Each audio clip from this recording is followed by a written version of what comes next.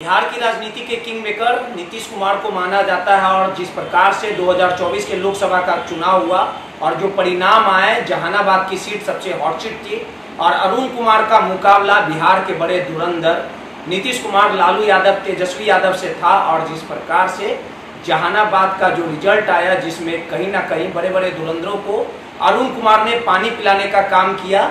तमाम मुद्दों पे हमारे साथ बात करने के लिए जहानाबाद के पूर्व सांसद अरुण कुमार जी हैं, उनसे बात करेंगे और समझने की कोशिश करेंगे कि आखिर कहाँ पे कमी रह गई। सर, जिस प्रकार से जो मुकाबला था वो काफ़ी कड़ा था, एक और नीतीश कुमार, तेजस्वी यादव, नरेंद्र मोदी, ये तमाम जो लोग हैं, मंत्री थे, वो जहानाबाद में डटे हुए थे। एक बड़ा कुनबा था और आप अकेले लगातार डटे हुए थे। मुकाबला दिलचस्प भी था, लेकिन कहाँ पे कमी रह गई? देखिए, हमारे ओर से कोई कमी नहीं रह गई। आज जो बाजारवाद हावी है लोगों के मन पर और वो समाज पर असर डाल रहा है, पैसे का, सत्ता का, तो राजनीति में आजकल इसका महत्व हो गया है। मैं साधन नहीं था, मैं नीतिगत सवालों पर खड़ा हुआ, विरोध किया।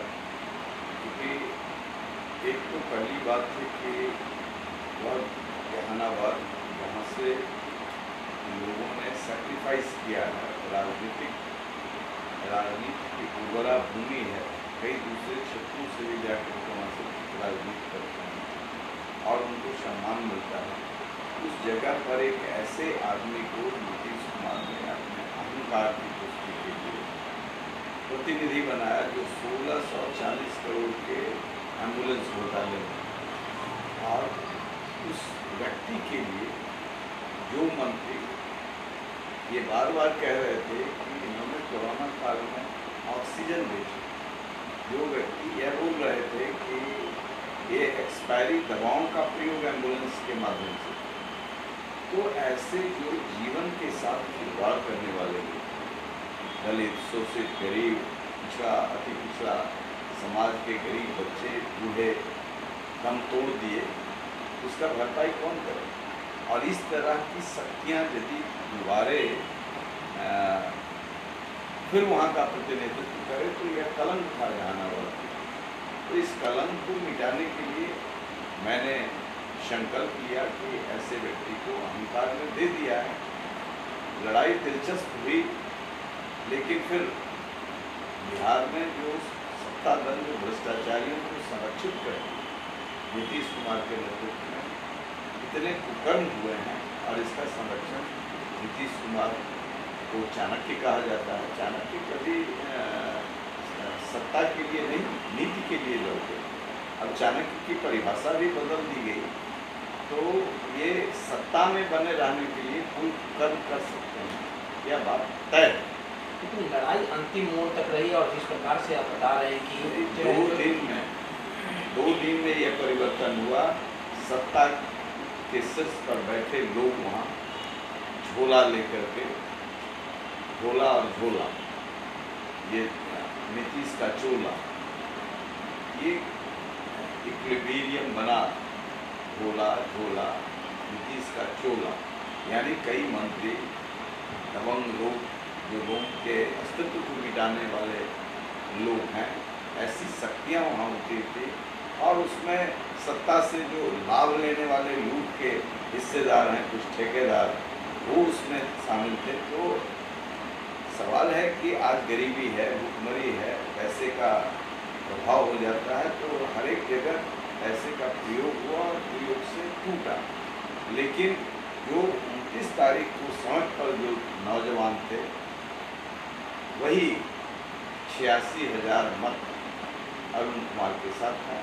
तो जो सत्य के साथ, अनाचार के साथ के खिलाफ, जो भ्रष्टाचार के खिलाफ लड़ने वाले जो एक नौजवान की सीरीज खड़ी हुई और बुजुर्गों का जो आशीर्वाद मिला, उसे 86,000 अनाचार, अत्याचार, सत्ता के विरुद्ध खड़ा होना कोई कम बात नहीं है। इसलिए मैं वैसे नीतिगत सवालों पर खड़ा होने वाले वीर मतदाताओं को सत नमन करता हूं और मैं कहता हूं कि जो जवान हैं जो नौजवान हैं, इस पीढ़ी के लोग हैं, इस एस्पिरिट को बनाए रखें कि जहानाबाद में कोई जहानाबाद को कलंकित करने वाला व्यक्ति नहीं आएगा। इस मायने में मेरी विक्ट्री हुई है और मैं बहुत संतुष्ट हूँ।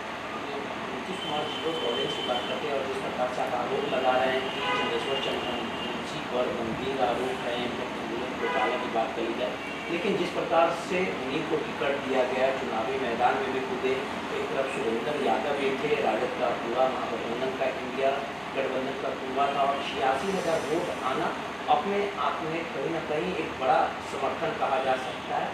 लेकिन सीधे तौर पे कहा जा सकता है कि नीतीश कुमार ने कहीं ना कहीं नीतीश कुमार की नीति और नीयत पे जो है वो सवाल उठना लाजमी है। नीतीश कुमार नीति के प्रतीक हैं, यह मुझे नहीं लगता।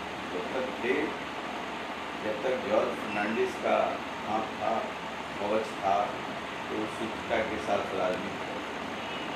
जब से अत्याचारी और कुकर्मियों का कवच उनके गिर्द हो गया, उनके साथ नीति नहीं रही। तो दागदार लोगों को टिकट, अरे भाई खुद दागदार हैं तो दागदार को टिकट दिया क्या? सृजन घोटाले में वो है, वो बालिका गृह कांड मुजफ्फरपुर में है, इसलिए वो खुद दागदार हैं तो दागदारों को नहीं कैसे देंगे? ये राजनीति में शुचिता को बनाए रखना आज एक कठिन दौर से राजनीति गुजर रही है। और बिहार में जेपी का आंदोलन हुआ था, उससे शुचिता, भ्रष्टाचार, अत्याचार, अनाचार को मिटाना था, ये सब उसके पोषक हो गए। एक सवाल और है, जिस प्रकार से SC/ST छात्रावास का कहीं ना कहीं स्थापना करना, विद्यालय का निर्माण करना, ये तमाम महत्वपूर्ण कार्य आपने अपने टर्म कार्यकाल में करने का काम किया है। लेकिन ये नहीं मानते हैं कि हाँ सुरेंद्र यादव जिस प्रकार से जीत हासिल किए और पिछली बार भी कम वोटों का अंतर था, तो आखिर क्या कारण है कि जनता जो है वो अच्छे कार्यों को मैं कह रहा हूँ ना कि यहाँ स्वाभिमानी जनता को बनने नहीं देना है। यहाँ कंबल बांटना है, साइकिल बांटना है, लेमन जूस बांटना है, पैसा बांटना है, उसके अस्तित्व को खरीदना है, उसके स्व को खरीदना है। और मेरा दायित्व है कि जो डॉक्टर भीमराव अंबेडकर ने कहा शिक्षित है, हमने वहाँ से शुरू, रोजगार के लिए सिंचाई, सड़क, ट्रांसपोर्टेशन, तो काम का महत्व नहीं है। ये बात तो तय है कि काम का महत्व नहीं है। यहाँ गरीबी है, भुखमरी है, पलायन है, मजदूरी है, बेरोजगारी है, वहाँ पलायन है। और वहाँ पर तात्कालिक एक रोजगार जैसा भी बहुत लोगों को मिल जाता है और इसको ठगे जाते हैं, ठगे जाते हैं, जिसका परिणाम वो भुगतते हैं। आज बुनियादी आवश्यकता पानी का, नीतीश कुमार ने जल जीवन हरियाली का पोस्टर तो बहुत लगाया, लेकिन पानी के लिए जेठियन पहाड़ से लेकर के सोन नदी तक के किनारे तक पानी का हाहाकार है। जो गरीब लोग है परेशान है। तो सबसे ज़्यादा काम तो आरा में RK सिंह ने किया, 25,000 करोड़ का 25,000 करोड़ का काम करा।